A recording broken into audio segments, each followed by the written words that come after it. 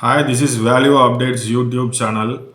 நம்ம இன்றைக்கி நம்ம யூடியூப் சேனலில் மெடிக்கல் நெக்லிஜென்ஸை பற்றி பார்க்க போகிறோம். ஆக்சுவலாக நம்ம சேனல் எக்ஸ்க்ளூசிவாக லாவை டீச் பண்ணிகிட்ருக்கு. உங்களுக்கு நல்லா தெரியும், எஜுகேட் பண்ணிகிட்ருக்கோம். எல்லோரும் லா தெரிஞ்சுக்கிடணும் அப்படிங்கிற ஒரு நோக்கத்தில் நம்ம இந்த சேனலில் லாவை எஜுகேட் பண்ணி டீச் பண்ணிகிட்ருக்கோம். அடிப்படை உரிமை, அடிப்படை சட்டம் தெரிஞ்சிருந்தால் தான் அடிப்படை உரிமையை பேச முடியும் அப்படிங்கிறது தான் நிதர்சனம். இன்றைக்கி மருத்துவ முறைகேடு அப்படின்னு சொல்லி என்ன அப்படிங்கிறத நம்ம பார்க்கலாம். அதாவது மருத்துவ அலட்சியம்னு சொல்லுவாங்க. அதாவது மருத்துவ முறைகேடு என்பது ஒரு மருத்துவ அல்லது சுகாதார பராமரிப்பு நிபுணர் ஒரு அலட்சிய செயல் அல்லது புறக்கணிப்பு மூலம் அவர்களின் தொழிலில் உள்ள தர நிலைகளிலிருந்து விலகி அதன் மூலம் ஒரு நோயாளிக்கு காயம் அல்லது மரணத்தை ஏற்படுத்தும் போது ஏற்படும் சட்டப்பூர்வ நடவடிக்கையாகும். நோயாளிகள் சிகிச்சை, பிந்தைய பராமரிப்பு அல்லது சுகாதார மேலாண்மை ஆகியவற்றில் ஏற்படும் பிழைகளால் அலட்சியம் ஏற்படலாம். மருத்துவ முறைகேடு பொதுவாக 3 குணாதிசயங்களை கொண்டுள்ளது. முதலாவதாக, சிகிச்சையானது தரமான கவனிப்புடன் ஒத்துப்போகவில்லை என்பது நிரூபிக்கப்பட வேண்டும். இது தொழில்முறையால் ஏற்றுக்கொள்ளப்பட்டு மற்றும் அங்கீகரிக்கப்பட்ட நிலையான மருத்துவ சிகிச்சையாகும். இரண்டாவதாக, அலட்சியம் காரணமாக நோயாளிக்கு ஒருவித காயம் ஏற்பட்டது என்பது நிரூபிக்க வேண்டும். வேறு வார்த்தைகளில் கூறுவதானால், அலட்சியம் இல்லாத காயம் அல்லது எந்த காயத்தையும் ஏற்படுத்தாமல் அலட்சியமாக செயல்பட்டால் அதை முறைகேடாக கருத முடியாது. மூன்றாவதாக, காயம், இயலாமை, அசாதாரண வலி, துன்பம், கஷ்டம், வருமான இழப்பு அல்லது மருத்துவ கட்டணங்கள், குறிப்பிடத்தக்க சுமை போன்ற குறிப்பிடத்தக்க சேதங்களை விளைவித்தல் என்பதை நிரூபிக்க வேண்டும். அப்படிங்கிறது ஒரு 3 வகையான இது இருக்குது. மருத்துவ முறைகேடு சட்டம் என்ன அப்படிங்கிறது பார்க்கலாம். பொதுவான சட்ட அதிகார வரம்பில் மருத்துவ முறைகேடு பொறுப்பு பொதுவாக அலட்சியத்தை அடிப்படையாக கொண்டது. மருத்துவ முறைகேடு பற்றிய சட்டம் நாடுகளுக்கிடையே கணிசமாக வேறுபடுகிறது என்றாலும், ஒரு நோயாளிக்கு மருத்துவ சேவையை வழங்கும் போது ஒரு சுகாதார பயிற்சியாளர் நியாயமான மற்றும் திறமையான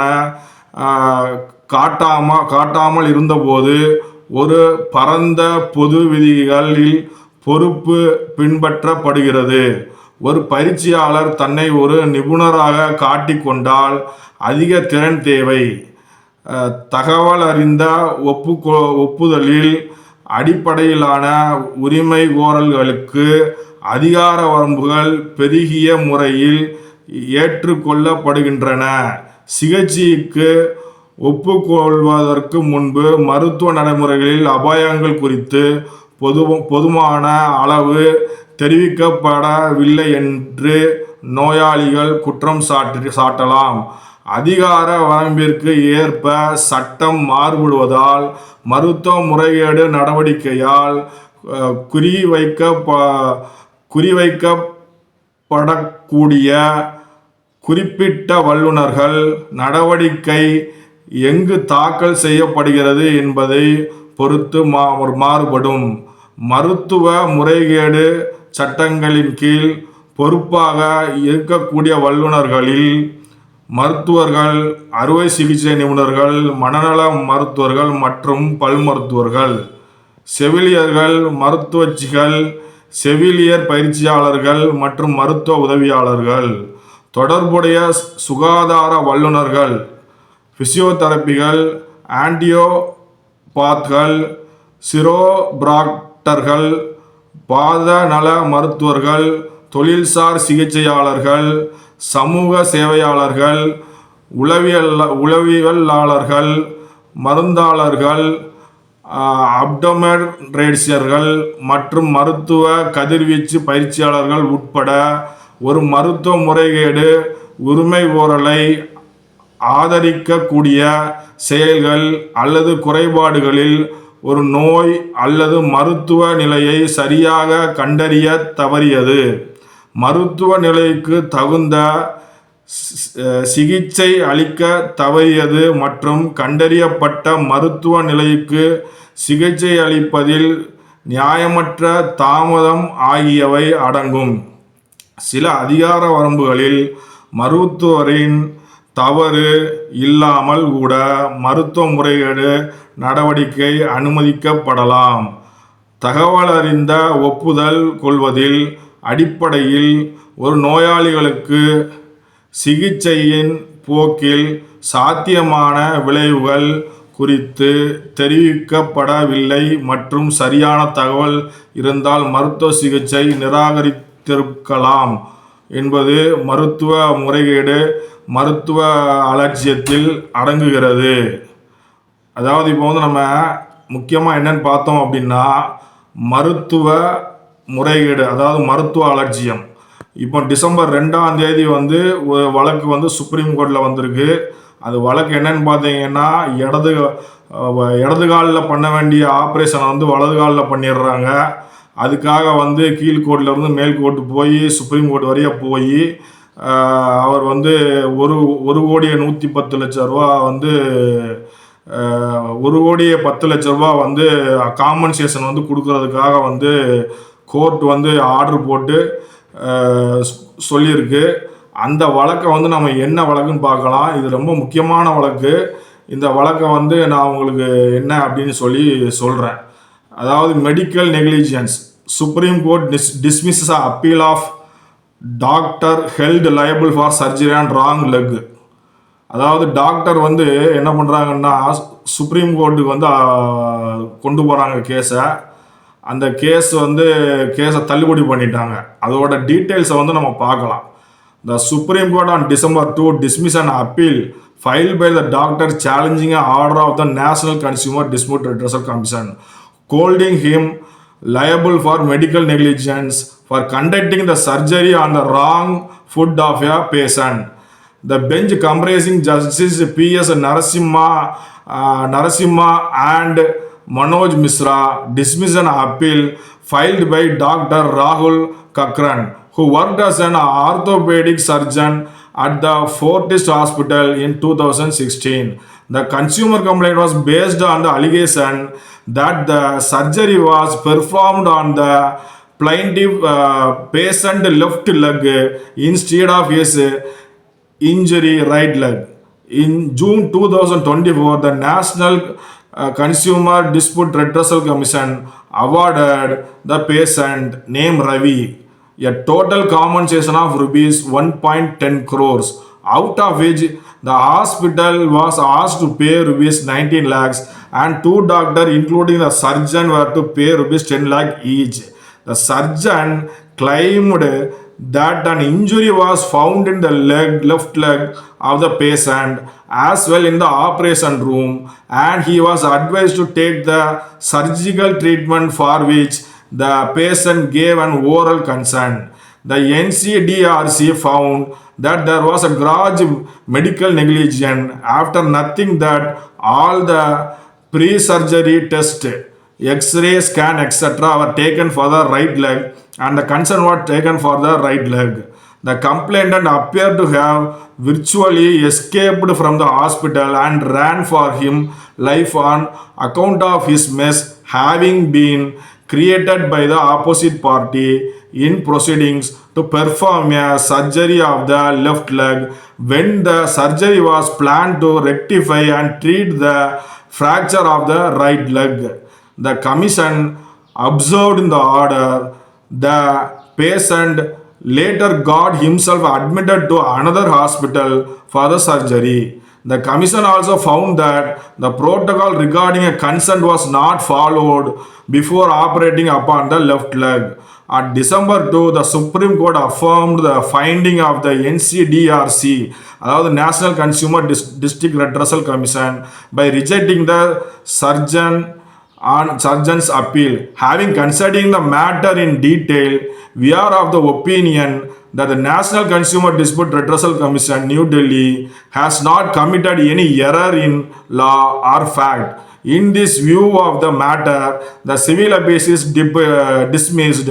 The bench observed the patient Ravi Roy was represented by Mr. Misra, advocate, senior advocate, Mr. Abhinav AOR, Mr. Shivangi Rao for advocate. Senior advocate Ranjit Thomas appeared for the appellant. Case Rahul Kakran versus Ravi Roy. Case CA number 13659/2025. ஆக்சுவலாக இந்த case என்னன்னு பார்த்தீங்கன்னா நான் சொன்னது தான். அதாவது அவருடைய இன்னும் ஒரு காலில் வந்து ஃப்ராக்சர் ஆகியிருக்கு. ஆனால் அந்த எந்த காலில் ஃப்ராக்சர் ஆச்சோ வந்து அந்த காலில் அவங்க பண்ணாமல் வந்து வேற ஒரு காலில் வந்து ஆப்ரேஷன் பண்ணிட்டாங்க. அப்படின்னா இது ஒரு எப்படிப்பட்ட ஒரு நெக்லிஜென்ஸ் அப்படின்னு சொல்லி உங்களுக்கு தெரிஞ்சிருக்கலாம். அதாவது இது எப்படின்னா கிராஸ் நெக்லிஜென்ஸ் அப்படின்னு சொல்லி சுப்ரீம் கோர்ட் சொல்லுது. அதனால வந்து நேஷனல் டிஸ்ட்ரிக்ட் கன்சியூமர் ரெட்ரஸல் கமிஷனில் வந்து 1,10,00,000 கொடுத்தது சரிதான் அப்படின்னு சொல்லி டாக்டர் வந்து அதுக்கு எதிர்த்து வந்து அப்பீல் போகிறாங்க. டாக்டரும் ஹாஸ்பிட்டலும் அதை வந்து டிஸ்மிஸ் பண்ணி national consumer district redressal commission கொடுத்த தீர்ப்பு வந்து சரியான தீர்ப்பு அப்படிங்கிறத வந்து எஸ்டாப்ளிஷ் பண்ணுது சுப்ரீம் கோர்ட்டு. ரொம்ப முக்கியமானது என்னதுன்னு பார்த்தீங்கன்னா நெக்லிஜென்ஸில் முதல் திறமான சிரம் தக்க ஒரு மருத்துவ சிகிச்சையை வந்து கொடுக்கணும். ரெண்டாவது வந்து மெஷின்ஸ் மூலயமா எடுக்கப்படுற இது எக்ஸ்ரேவோ இல்லை வந்து ஸ்கேனோ வந்து சரியாக எடுக்கப்பட வேண்டும். தவறான ஒரு இடத்துல எடுத்துடக்கூடாது. நம்மளுக்கு வந்து எந்த இடத்துல அஃபெக்ட் ஆகிருக்கோ அந்த இடத்துல சொல்லும் போது அந்த இடத்துல எடுக்கணும். அப்போ வந்து அதான் கரெக்டாக நம்ம வந்து அந்த வந்து டாக்டர் வந்து ஆப்ரேட் பண்ணுறதுக்கோ இல்லை வந்து மருத்துவம் செய்வதுக்கோ வந்து கரெக்டாக இருக்கும். அது ஒரு முக்கியமான விஷயம். ரெண்டாவது ஆப்ரேட் பண்ணணும் அப்படின்னு சொல்லி பார்த்தீங்கன்னா நீங்கள் கண்டிப்பாக வந்து ஆப்ரேட் பண்ணுற இடத்த கரெக்டாக ஆப்ரேட் பண்ணணும். அதாவது லெஃப்ட் லெக்கில் ஆப்ரேட் பண்ணணும்னா ரைட் லெக்கில் ஆப்ரேட் பண்ணிடுறது. உள்ளே வந்து இன்டர்னலாக வந்து ஆப்ரேட் பண்ணும்போது வேறு ஏதாவது ஒரு இதுக்கு பதிலாக வேறு ஏதாவது ஒரு ஆர்கனை வந்து ஆப்ரேட் பண்ணிடுறது. இதெல்லாம் வந்து ரொம்ப கிராஸ் நெக்லிஜென்ஸில் வந்து வரும். அதாவது சுப்ரீம் கோர்ட் என்ன சொல்லுது பொதுவாக அப்படின்னா வந்து அதே மாதிரி கன்சென்ட் வாங்குறது ஓரல் கன்சென்ட்டுங்கிறத வந்து ஒத்துக்கொள்ளப்படாது. முக்கியமாகவே ரிட்டன் கன்சென்ட்டுங்கிறது ரொம்ப முக்கியமானது. ஏன் அப்படின்னா ஓரல் கன்சென்ட்டில் எல்லாமே எக்ஸ்பிளைன் பண்ண முடியாது. ரிட்டன் கன்சென்ட்டில் வந்து எல்லாமே எக்ஸ்பிளைன் பண்ணியிருப்பாங்க. எந்தெந்த இடத்துல ஆப்ரேட் பண்ண போகிறாங்க, என்ன டிஃபிகல்ட்டி இருக்குது அப்படிங்கிறத வந்து எக்ஸ்பிளைன் பண்ணியிருப்பாங்க. அதை வந்து எக்ஸ்பிளைன் பண்ணி இருக்கிறதுனால ரிட்டன் கன்சென்ட் வந்து ரொம்ப முக்கியமானது அப்படிங்கிறத வந்து சொல்லுது. அதை சிகிச்சை வந்து சரியான முறையில் கொடுக்கணும்.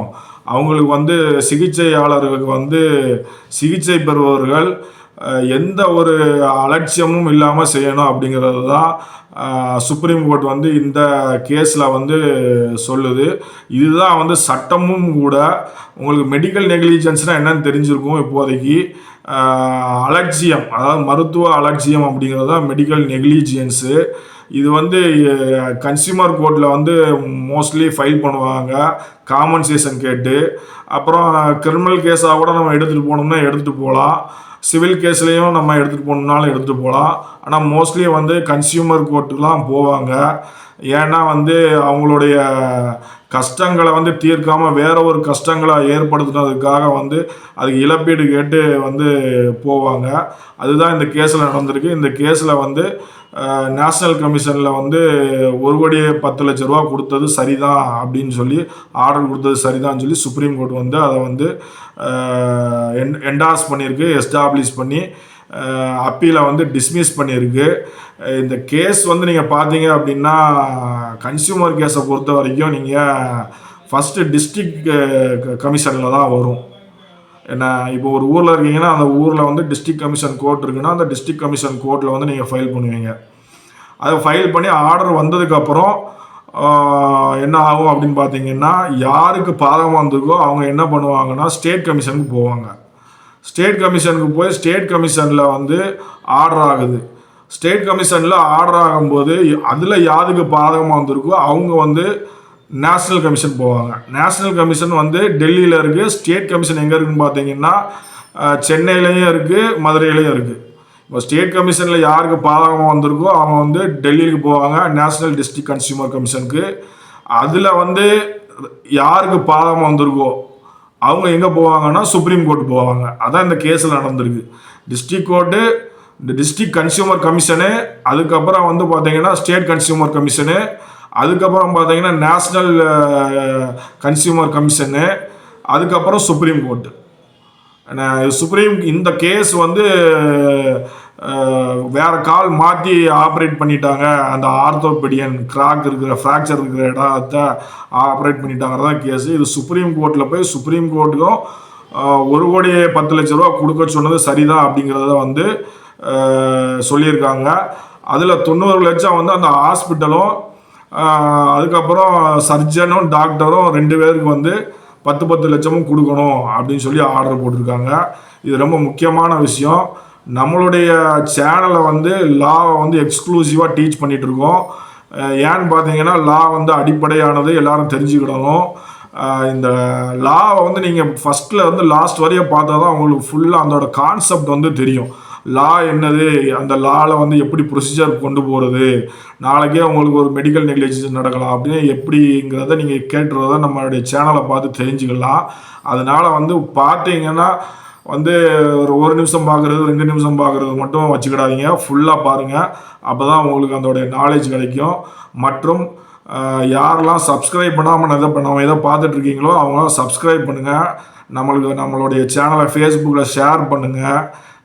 அப்புறம் வந்து லைக் போடுங்க, கமெண்ட் போடுங்க. ஏதாவது கொஸ்டின்ஸ் இருந்தால் கூட கமெண்ட் போடுங்க, நான் ரிப்ளை உங்களுக்கு கொடுப்பேன். நிறைய இதுக்கு நம்ம ரிப்ளை கொடுத்துட்ருக்கோம். நிறைய ஃபோன் கால்ஸ் கூட வருது. நம்ம அதுக்கும் வந்து லாவில் அசிஸ்டன்ட் பண்ணிகிட்ருக்கோம். அதனால் வந்து நம்ம இதை வந்து எக்ஸ்க்ளூசிவாக நம்ம டீச் பண்ணுறத வந்து லாவை டீச் பண்ணுறதை பாருங்கள். மிக்க நன்றி, வணக்கம்.